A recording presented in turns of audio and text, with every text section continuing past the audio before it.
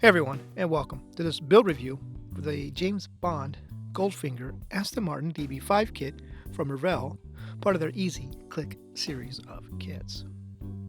I tried to build this one in the spirit of the kit, so I did just overall basic painting. The body was painted in Tamiya Silverleaf, and I clear coated it with Tamiya TS13. Overall, a fun kit. I really enjoy this Easy Click series of kits. They're just fun kits to build. This isn't my best work. I didn't put a whole lot of effort into it.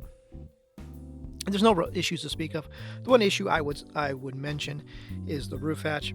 I glued the roof hatch in place prior to painting and all that, but unfortunately down the road that's going to cause an issue because you need to kind of put your fingers in the roof hatch hole to support the roof when you attach the windshield and the rear window, because you got to kind of snap them in place, but you got to use some force, so that you're going to want to push the roof down.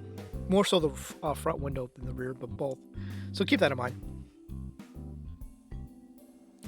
I used a wash on the wheels on the grille, and I used BMF on some of the window trim and the chrome pin on some of the other trim pieces. Overall, good kit, fun kit. I enjoyed it.